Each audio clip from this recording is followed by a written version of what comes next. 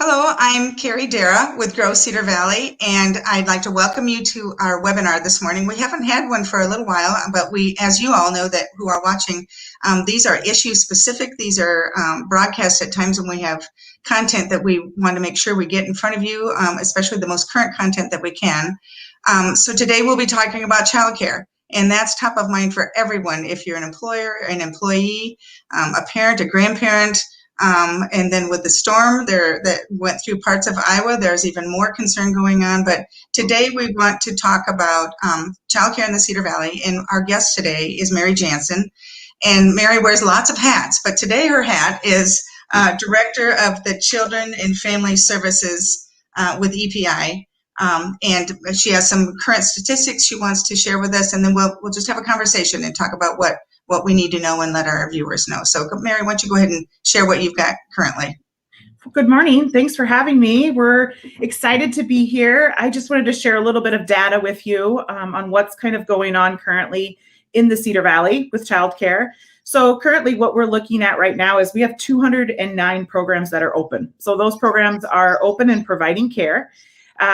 We do have a little over 300 programs total here in Black Hawk County. So I'm going to talk a little bit about how many are closed as well. Out of those 209 programs, we have 72 programs that are enrolling children, but we have 138 that are open, but keeping their current children enrolled and not enrolling any new children. So you're seeing that barrier right there with some lack of opens, but we also respect that for our child cares to, keep those doors open for the children that they currently care for. We're also, we're seeing right now 63 programs that are temporarily closed. So the good news of that data is that we know that all programs are going to open at some point. A lot of these programs that are within this data are probably Department of Ed programs that are closed due to the school year, but we will see them reopen soon at the end of August and are preparing for that. So that data will change drastically once we head into September. Overall, though, if I think back to early April, and I know, Cary, you were a part of all of those task force meetings that we had where Waterloo schools and Cedar Falls schools, us at Childcare Resource and Referral and the YMCA kind of collaborated to form this task force to address the childcare need. At that time, we saw 81 of our childcare programs closed.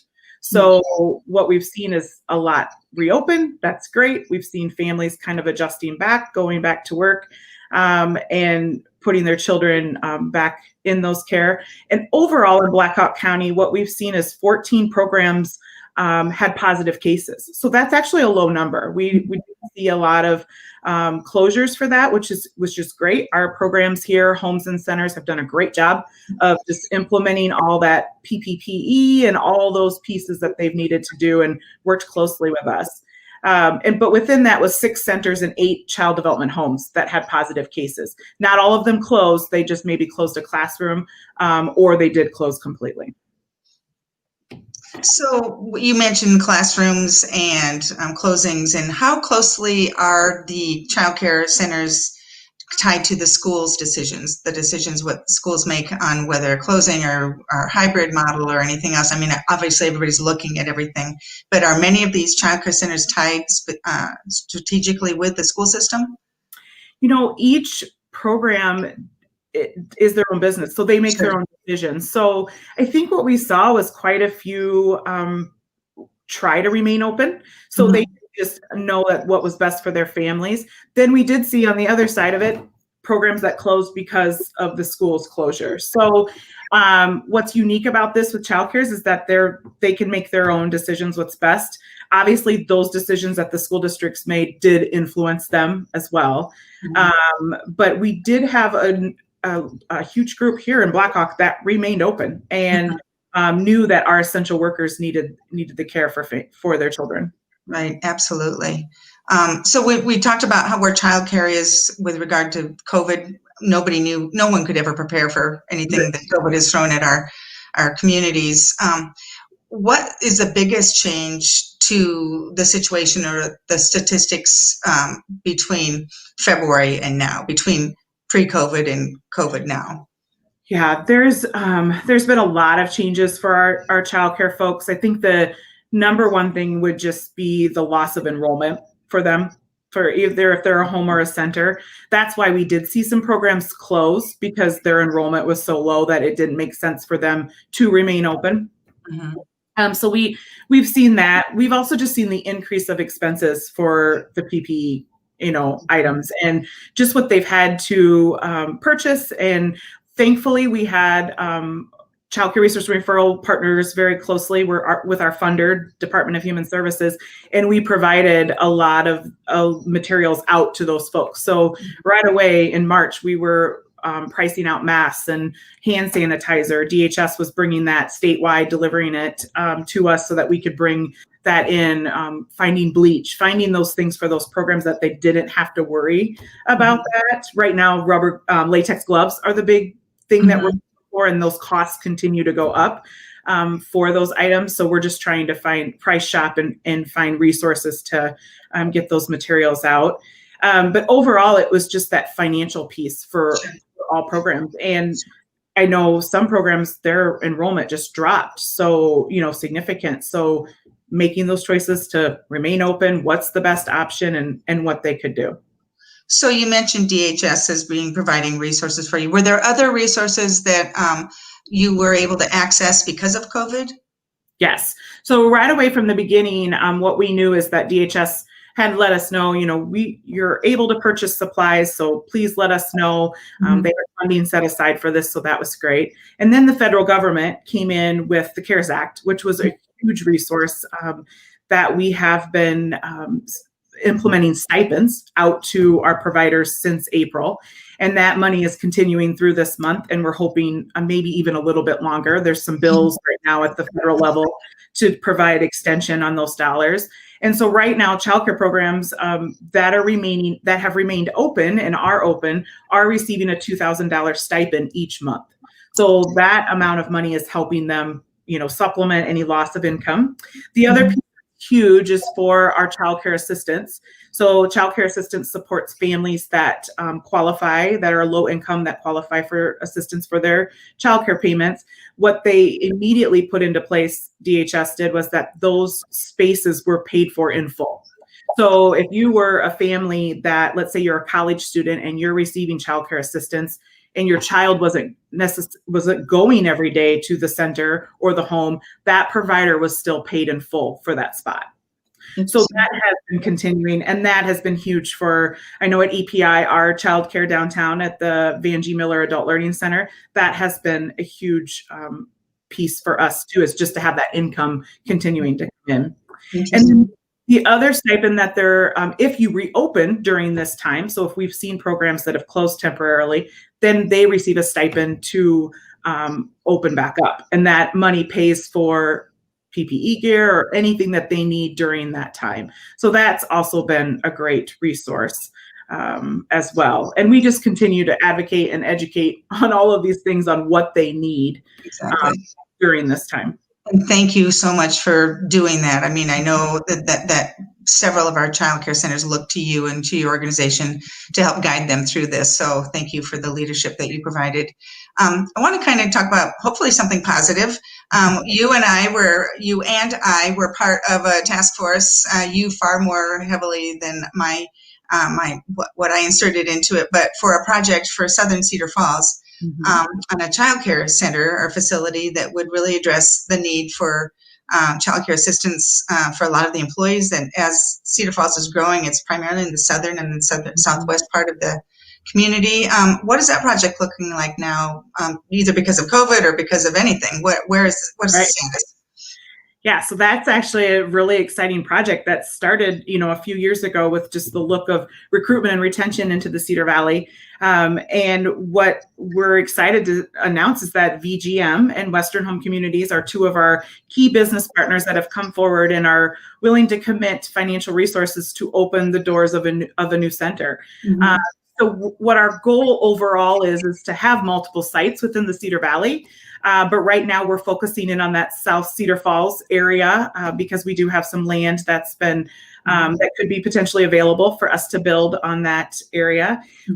We are excited that we've named the center. So the center will be called Cedar Valley Kids. and we formed the 501, and we're excited to move forward. The big thing right now, which I was telling you before we got on, is the fundraising, the campaign piece. So we're working alongside partners to figure that out. We know as a board that none of us are fundraising experts, so we need that piece right now.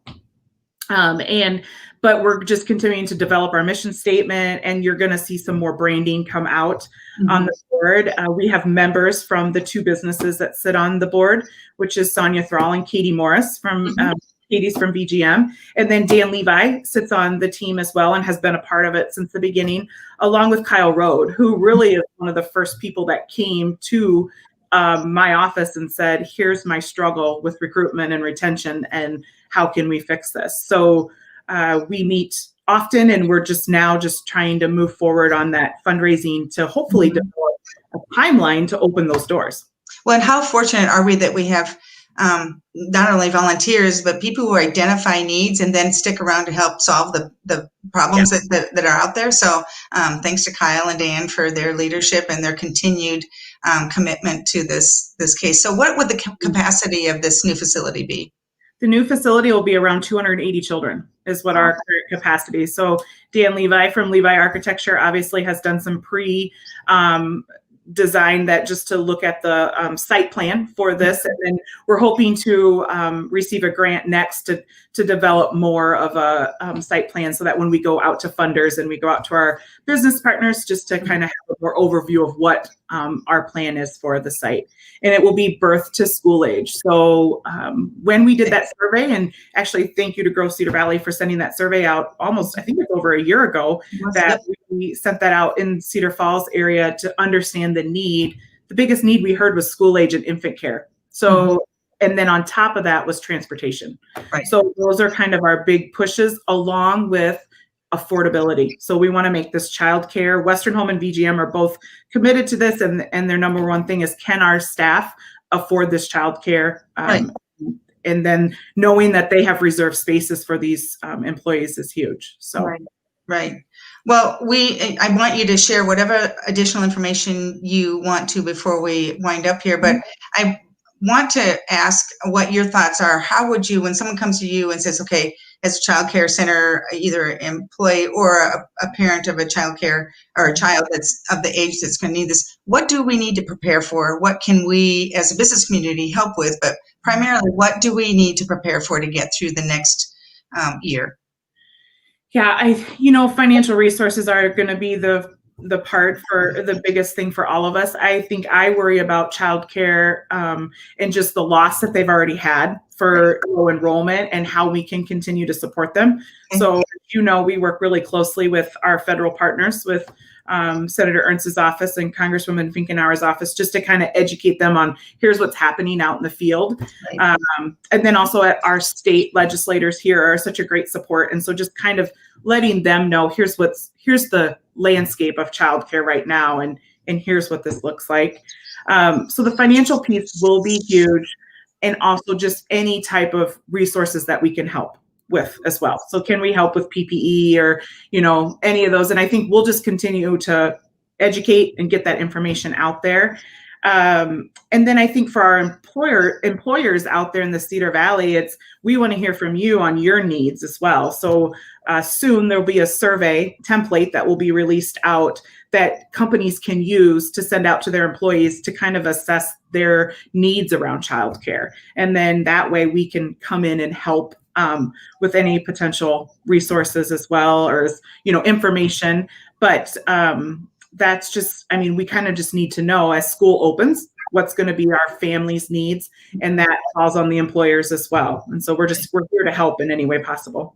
Well, and as before, and always, we're happy to help push out that survey, that information, help gather whatever research that you need to help make good decisions. So we're there to help you with that. Anything else you want to share with this group? I think this is like everything else. This is a fluid topic. It's going to change all the time. So we'd ask to be able to bring you back in as things, develop and unfold and possibly change, hopefully for the better. So anything though you want to share with the folks as we sign off? No, I just, I appreciate being here and being able to speak on behalf of our childcare community, but also just stay tuned as we, we'll definitely share things on our Facebook page, ask you to share things as well on new information, and families too, and ask your childcare provider what their policies are, their procedures. They've worked so hard. They're doing great things. And I think the Cedar Valley has really shown they've done a great job offering childcare during this time. Right. Well, and it does sound trite, but we really are all in this together. And, that's been said repeatedly and necessarily every step of the way. So once again, thank you, Mary Janssen, Director, Children and Family Services with EPI. We know we'll be hearing more from you, and we'll look forward to that. And thank you for staying tuned. Thanks for taking a look at what's going on. We will be having future webinars, and we'll be sure to get that information out to you as soon as we can. So have a great weekend, everybody. Stay safe.